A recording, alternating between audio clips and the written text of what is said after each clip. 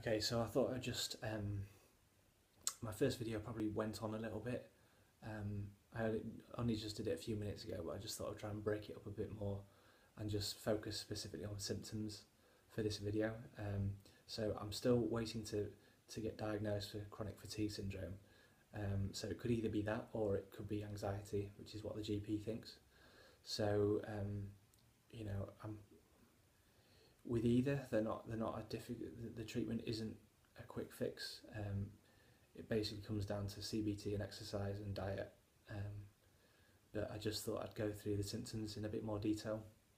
So I'm not sure if these have changed over time, but I think the big ones for me is the brain fog, is the inability to talk articulate.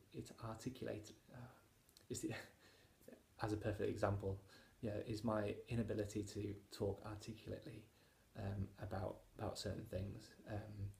It's sometimes easy to talk about my feelings and how I feel, more so than if I had to talk to you, had to present something to you. So if it was a marketing campaign that was running and there was lots of stats and figures in there, I'd really struggle with being able to present that and recall those facts and figures that I know are in my head, but just verbalise them in an articulate way, and in a professional way that I would need to do in a job. And that really hasn't gone. I feel like I've had that for 7 years, and it is quite debilitating. Because you don't feel it, you feel like a bit of an idiot most of the time, and you want to be yourself, but something that you don't understand is stopping you, and that is really difficult to get your mind round. And in the past I have been quite hopeless. I have been, I think, this is something I just don't understand, and I've got this brain fog, this feeling that I can't think straight all the time, and it just doesn't go. It never goes. And the only time it has ever gone in the last 7 years is when I started to use a CPAP machine because I thought I had sleep apnea, and I started to feel better. Now the only thing that I could put that down to, because it was such a almost instant transition, is that I had convinced myself wholly that I had sleep apnea, and it's mind over matter. Because I thought I had this, and I thought I'd found a tool to help me, then it is helping me. So I think I really need to hold on to that as a point, as something to show, I have felt better, that I can feel better. It isn't just something that my body just isn't, there's not something wrong fundamentally with my body. It is capable of feeling well again, and that was amazing. So yeah, the big one for me was brain fog. Head pressure and numbness. There's always a constant feeling, just that someone's pushing down on my head all the time, and that, just the top of my head just feels a bit numb, and the part of the head that feels numb does change over time. I think it changes. I can't really work out at what point in my brain it does change, but it does sometimes change the position. I can't explain that, but it just feels like you've got your head in a clamp, and that just doesn't go. There's something that I've found helpful is exercise. Something that I've done more very recently in the last couple of weeks is to try and go to the gym for kind of half an hour and do some cardio, and that does seem to help me to an extent, but it's still always there. So those are the big ones. Fatigue, just constantly knackered all the time,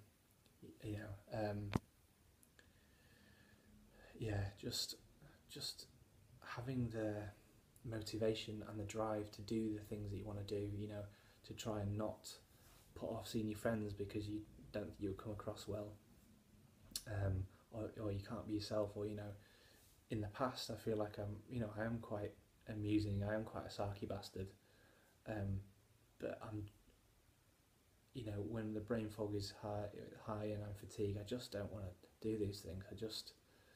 I feel like make a bit of an idiot of myself, or I just fundamentally I just wouldn't enjoy it. I'd go and I know I need to do these things. I know it's not good to put them off, but at the same time, I don't really enjoy doing them because I feel like crap, and I feel like crap all the time. That's probably the easiest way to say it. I think explaining, you know, I would say this, the easiest way of describing how I felt is feeling like you've been hungover for years.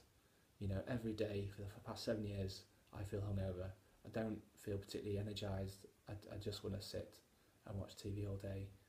And I am motivated, so I will get up and I will go to work and I will see my friends and I'll do all those things, but I don't particularly enjoy them because I'm shattered all the time, and it's something that I definitely cover up in front of everyone. So yeah, it's fatigue. I get sometimes sharp shooting pains just across my body. If I'm having a particularly bad day, I'll just get these really, my skin just feels awful. I just feel like, oh, I actually want to take my skin off, which is a weird weird way to describe it, but is how it feels. I get IBS. I know this is a common symptom with people with anxiety and with chronic fatigue syndrome, and I know there's potentially a link between CFS and IBS, and they're still trying to figure out exactly what that is. But yeah, just not helpful really. Just doesn't make that side of things helpful. So yeah, so IBS is something that I try and control. I try and eat well. I try and eat 5 fruit and veg a day. You know, I try to do all the things that you should do to maintain a good diet. I don't eat too many pizzas. So that's there. Sore eyes is a big one. Just feeling like they're just heavy all the time. They just feel like they're burning around there all the time. I remember for these 2 weeks where I did feel better, that heaviness just had gone, and I felt physically, I thought I looked more well than otherwise. So sore eyes is a big one. Sweating, I just don't seem to be able to control my sweating particularly well. Some days I've just literally, I'll walk down the road and I'll just get a really sweaty back, which is rank, but seems to be something that I get. And yeah, just general anxieties, I think, because of all those other problems, particularly with the fatigue, the brain fog, sore eyes, the sweating, the IBS, all of those together just brings on anxiety. And I would say that it's those physical symptoms that bring on the anxiety, not the anxiety starting first and creating these symptoms, but that's what I think. So I guess that's a bit of a rundown in terms of symptoms that I've got.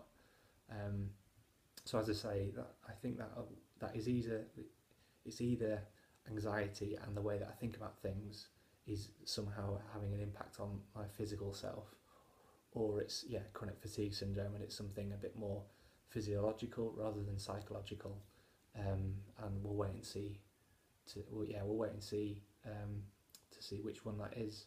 I don't know how long I'll be on this waiting list to see a chronic fatigue syndrome specialist, so hopefully it's not another 6 months. I will check in again when I've got something interesting to post about. But yeah, if you've got any comments or questions, just put them below the video and I will get back to you. Thank you. Bye bye.